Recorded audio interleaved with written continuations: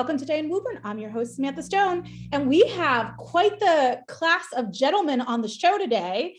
We've got Mayor Scott Galvin, as always. We have Jay from the City Engineering Department, and we have Gerry from the Conservation Committee. And I'm really excited because we have lots of city things to talk about and catch up on. And I particularly want to thank some of our listeners and watchers because Gerry and Jay are on the show from their suggestions. They were great suggestions, and I'm really glad both of them were able to join us. So welcome, Scott. Good to be here, Samantha. So I thought we would start our conversation today with good news, but I actually am going to start with something that's not such good news, but I know lots of people are talking about it, and I thought you might want an opportunity to address it. So my understanding is that, I don't know the date, but that there was a former treasurer of the fire department who was recently charged with taking some funds from the fire department. I don't know if it was union funds or other funds. And I just wanted to give you an opportunity. I don't expect you to talk a lot about it, but if there's anything that you want to share or you want people to know, I thought we could get that out of the way. Yeah, so there's really not much I can share at this time, Samantha. It's we know what, there's an investigation, and that's all we know at this time. So there has been a fireman placed on administrative leave, but there's been nothing else other than that. Okay, so thanks it's in the investigatory stage. Okay, thank you. I figured as much, but I know lots of people have been speculating, so I always rather have you make a statement than hey, everybody speculates. That's the right. That's what people do, I guess. Well, when we don't have information, that's what we do. We fill in blanks. So rather than do that, this is an opportunity to at least give, information that we can. So when information is available and released by, any, in this case, whether it's like a investigatory body, it'll be released. Okay, awesome.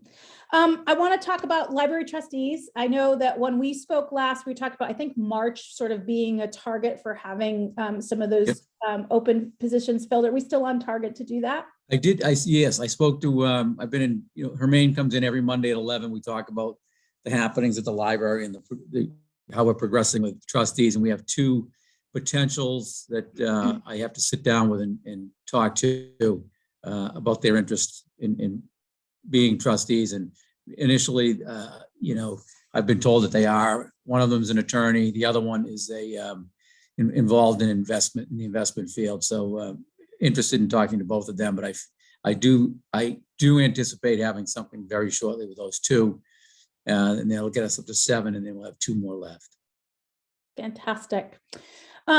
So we have some of the numbers around COVID cases and positivity rates are showing very positive signs in general for Massachusetts and Woburn, certainly. Is there any new data on vaccination rates within Woburn that we can share? I know we've had a couple of clinics and. Yeah, I know that we're at 75% fully vaccinated, Samantha, and those with one shot, I think we're like 84%, but I'll double check that, but fully vaccinated, which is the important number, we're at 75%, which is good. I mean, that's a good number. We continue this, with the Board of Health and the MRC and the Public Works and the Senior Center. We're working, collaboratively to get another booster clinic this Saturday, 9 to 12. So that's really good news, a booster clinic and a first instance. So if people haven't been vaccinated, they can also start that process. But one of the things, about the booster clinics and the vaccine clinics, and I know you may look as much as I do, you could go on the state's Vax Finder today and get an appointment for tomorrow. So there's a lot of availability. It still is important, very important for people to continue to get vaccinated so we can, keep moving forward. And there's a lot of talk now about, removing masks in schools, and I think we're getting to that point where we're waiting to hear something from DESE. And then again, they still have those rules in place where you have to have 80% of, whichever school we're moving forward to remove the masks. And there's a greater opportunity, I think, at the high school and the middle schools, although we're not quite there yet with the 80%. So, we'll hopefully when DESE makes that announcement, there'll be another push with the students to get vaccinated. Yeah, that's really helpful update. I know there's a lot going on there, and that continues to be a moving set of information. We'll continue to stay in touch with on that. Any other sort of city business you want to touch base on this morning before we? No, I mean, we've had the winter. It was a tough weekend, and as Jay had mentioned, the DPW did a great job with the. Sometimes that when you get a little bit of rain, not a little bit, a lot of rain and freezing rain, that's a tougher storm to deal with than 12 inches of snow. So, we had just got to the point where, we were just about cleared out from the snowstorm the prior week. And then we get, with sidewalks and with, all the other areas, we were just, turning the corner, and then we got hit with the ice and the slush, and that's caused another problem. But, the weather's warming out there, Samantha. It's going to be in the high 40s tomorrow, mid 40s, high 40s the next day. So, we'll be moving on to the next storm after that. But Mother Nature is going to help. Mother Nature is going to help us out a lot in getting rid of what we see out there now. Yeah, well, I'm grateful for that. My one of my kiddos lives in Rochester, New York, and they usually get like the weather like a day or two before us, and like it comes this way. So I said, "Oh, we got a big storm. You must have had some ice." He said, "Well, yeah, they got a foot of snow, not so much ice." I said, "Oh, that's easy." He goes, "No, they didn't plow my street until noon, and I had to leave for work at 9, and I couldn't get out." And so, with a foot, you can drive over a couple inches. You can't drive over a foot of snow, right? So nope. I reminded me how grateful I am for the really good job that the city has done to keep the roads clear under what you've described correctly as some tough conditions. Well, anyway, that's really it. We have some issues with the finance. I'm going to the finance committee tonight for some, transfers of funds, and so we can start talking about those things. It's, budget season's coming, and that'll probably dominate our conversations over the next couple months. But I think that's probably about it for now. I'll stand aside for Jay Corey and Gerry Lohnes and listen up. Yeah, well, thank you for that. We definitely want to talk about money, and we know that there's a lot of infrastructure money given to the state that that trickles down to us and other things that we've looked at. So thank you for that update as always. I'm going to have Gerry join us, and we're going to talk. Okay. I was going to leave you with one thought that and we're looking at state money to see where that's coming in, and Chapter 70 was significantly higher than it's been in the past. So we're looking at that rather gratefully from the governor. So we'll see how that shakes out when the legislature gets through with it. So the governor made his initial submittal of Chapter 70. Like I said, the numbers were, far greater numbers than we've ever seen. Now, Chapter 70 is used for what type of? It's used for school funding. That supplements our ability for school funding. So it's a good start. Very good. It is wonderful. And we have conversations like this, like we got more money than we've had in a long time. It's been a while since we've been able to have a conversation like that, Scott. So I think it's a big responsibility. And there's, when you have a lot of money potentially coming in, we have to use it wisely and responsibly. And there's lots of ways we can. But it is a wonderful opportunity for us as a city to be able to use it while it's here. That's good. Good to talk to you. Awesome. Thanks, Scott. Thanks. Bye. Gerry, I'm really excited to talk with you because I know that we have a conservation committee, and that is like the sum total of what I know about the committee. So tell us a little bit about the committee and what your mission is. Well, and I don't mean to correct you, but it's a commission, which. Oh, see, I'm already wrong, Gerry. That's okay. I didn't really want to correct you. It's just a minor change. Correct me anytime. Yeah, that'll be the last time, I'm sure. So generally, the commission is tasked with administration of the local and state regulations associated with the Wetlands Protection Act. Some of those interests that we're looking at trying to protect the public and private water supplies, flooding issues, fisheries, wildlife habitat, controlling stormwater damage and erosion in the city. Generally, if someone proposes to do a project near a sort of a regulated area, the Conservation Commission determines whether or not the project will potentially have negative or adverse impacts. So we generally look at trying to prevent any of those things that would cause damage to wetlands. We'll generally, and we look at projects as small as tree cuttings and additions on houses to some of the larger projects that you see going on in the city today.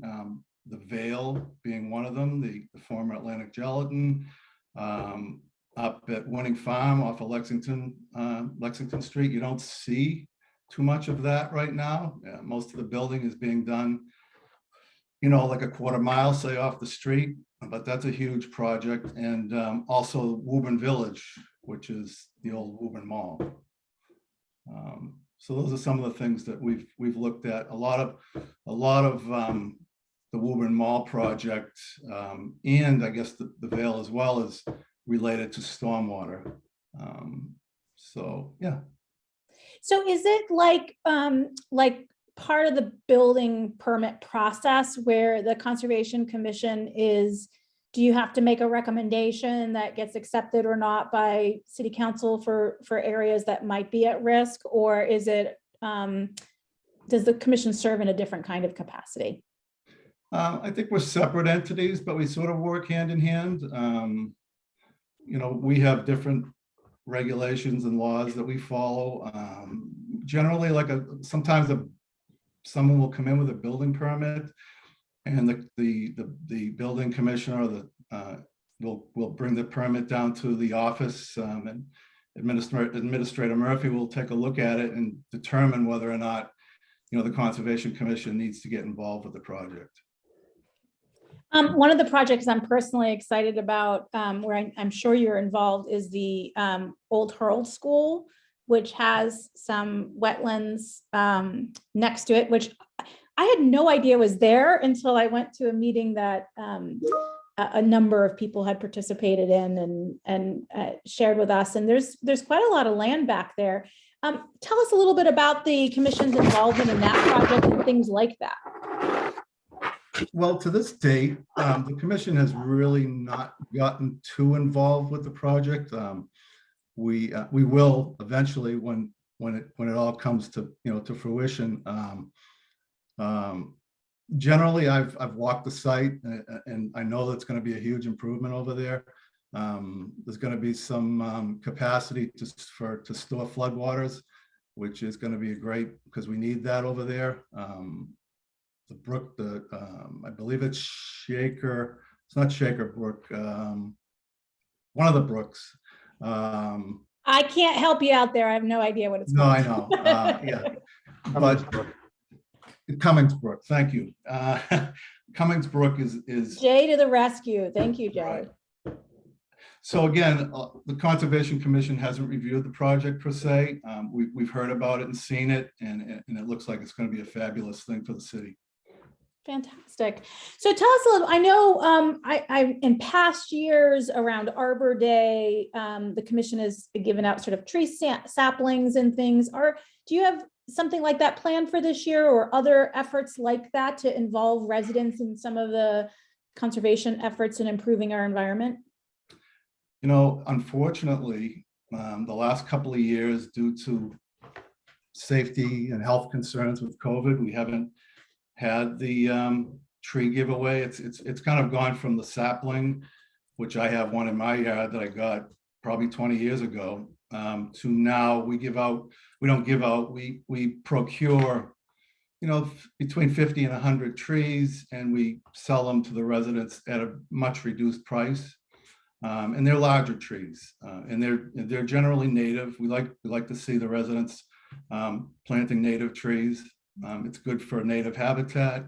And so hopefully, I don't unfortunately think we're going to be doing it this year again, because it's probably too late to get the number of trees that we need, but I'm sure I'm very hopeful that the project will continue in future years, and maybe even in the fall. I don't know. We'll take a look at whether or not we can get some trees to do in the fall.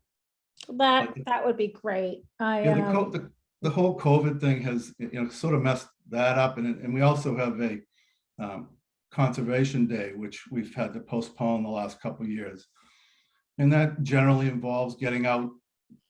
People, the citizens can get out and help us out down at Horn Pond or any of the other conservation areas that we have in the city. And unfortunately, again, we haven't been able to do that the last couple of years. We haven't talked about it yet for this year. It's usually in May that we do it. So I'm sure that'll be. I'm going to keep my fingers crossed that you're going to contact me in April and say, hey, I'm coming back in May or coming back in a couple of weeks. So we're going to talk about the day in May. That would be great. I know it's been a challenge for lots of things this last couple of years.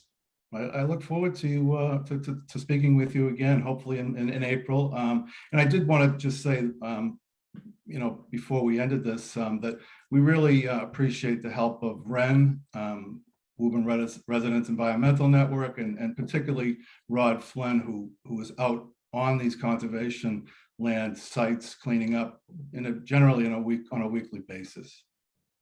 Yeah, I'm so grateful for all the folks. We have some beautiful areas in Woburn Horn Pond, of course, being one of them that we're really fortunate to have in our city, these little oases.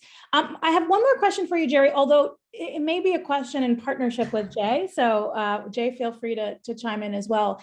I know that there have been a number of efforts at Horn Pond to expand the ability for fish to migrate and the hatcheries and things. And just wanted to get a sense of, what that project has been all about and what might be happening next. Well, I'll speak probably very shortly on it, or because Jay, I'm sure, has more information than I do. But so the fish ladder that's there now, it's okay. Some fish get up. Majority of them aren't able to make it up. That's the spillway that's been provided now. So the project that is in the works and being proposed is going to make it a more gradual ladder, so that probably almost all of the fish can make it up that ladder.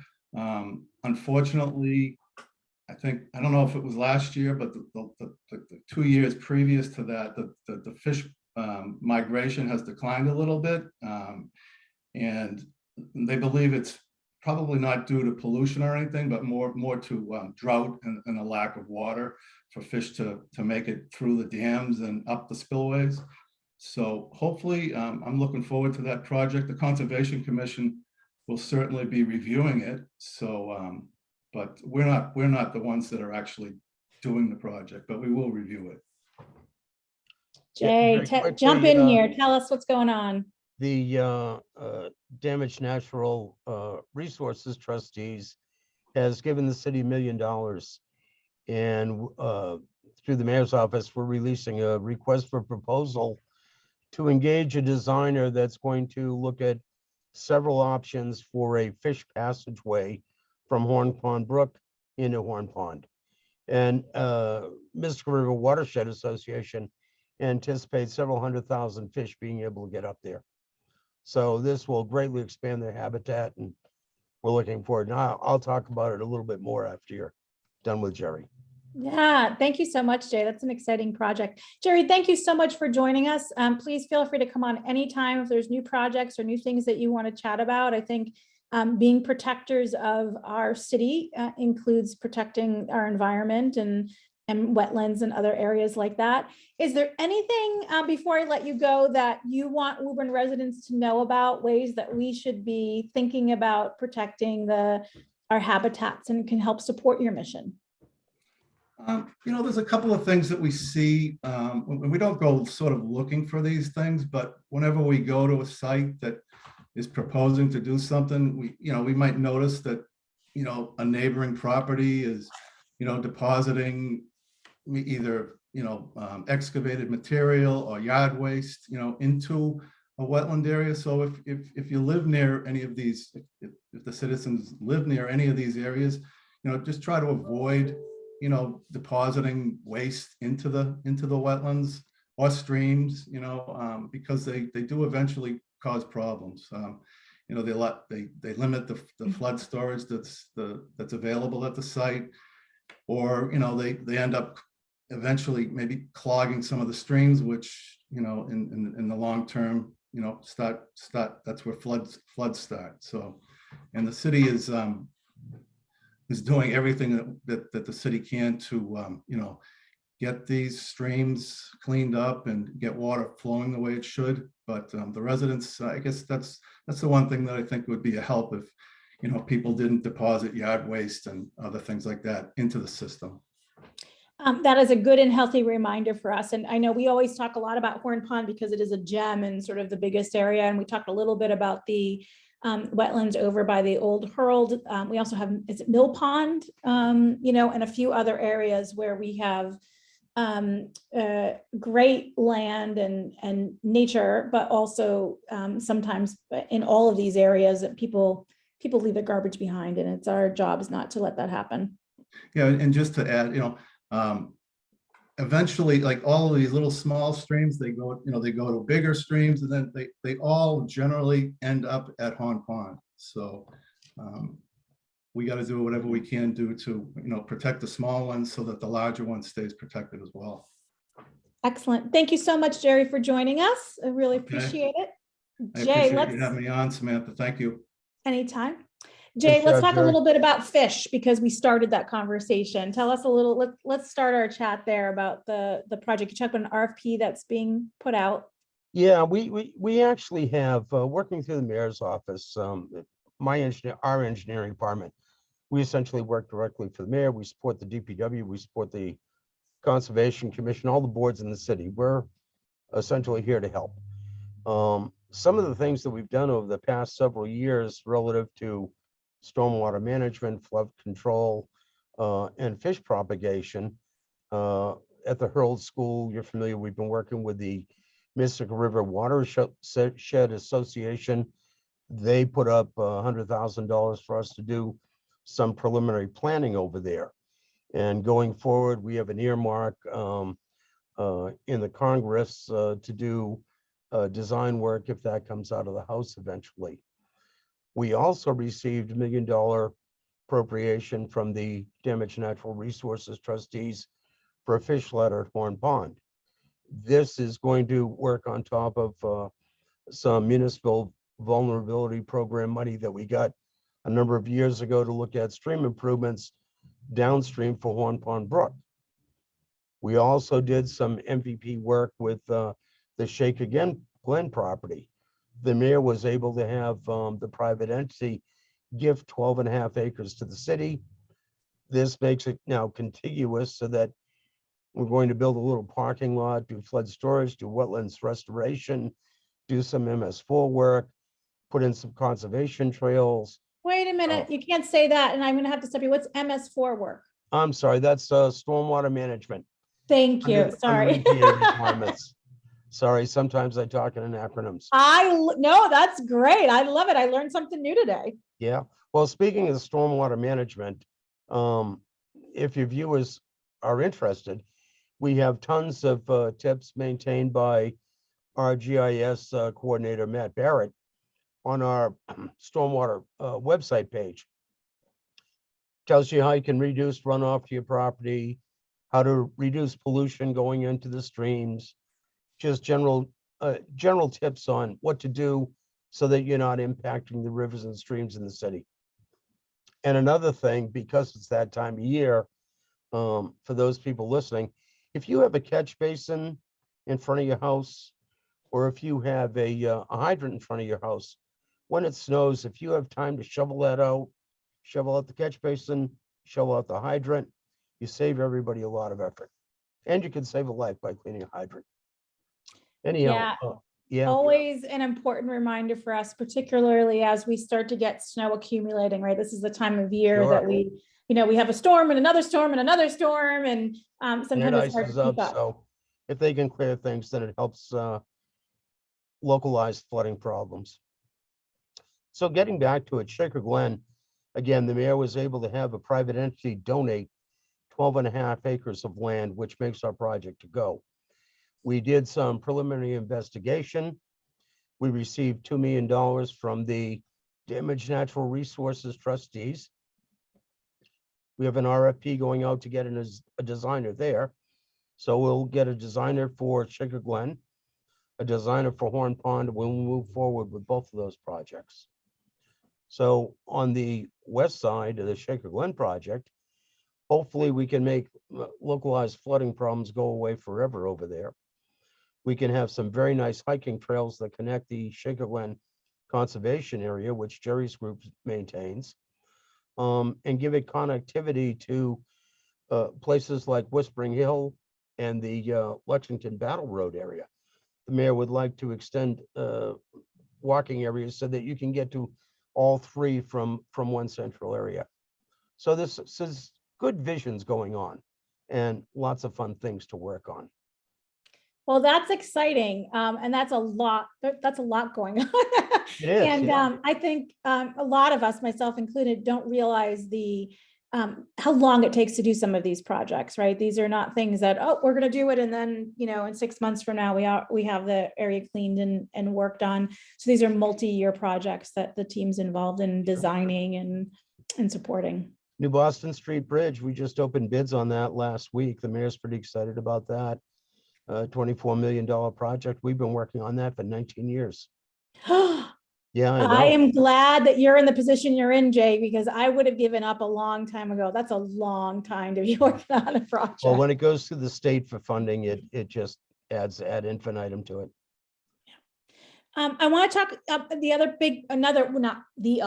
another big project is the fire station, the new headquarters, which I love. I drive by periodically, and I don't go by every day. So I get these little like, wow, look at the change moments as I go by every few weeks. Remind us of when it's going to be hopefully opened. Is it this spring? The fall of next year. Okay. Fall of this year, I'm sorry. Yeah. Yeah, so it's that's moving fantastic. along quite well. And Yeah. we've got some drone videos of the site that are on our website, so you can fly around over the site and see how it's grown over the past several months. It's really, it's a congested site, very difficult to work on, but they are moving along quite well. I'm glad you mentioned that, because I saw that the other day and I thought it was really cool to see the drone footage, and you can see the difference. I mean, you drive by it and you see a difference as well, but there's something about taking that step back and seeing how it all starts to fit together. You realize the scale of a project. Yeah, and it gives you a whole new perspective of what's out there. Yeah. You had similar footage for some of the old smokestacks coming down at the old craft plant, right? Yes, that's quite the development over there. They're moving forward with the demolition of the old buildings.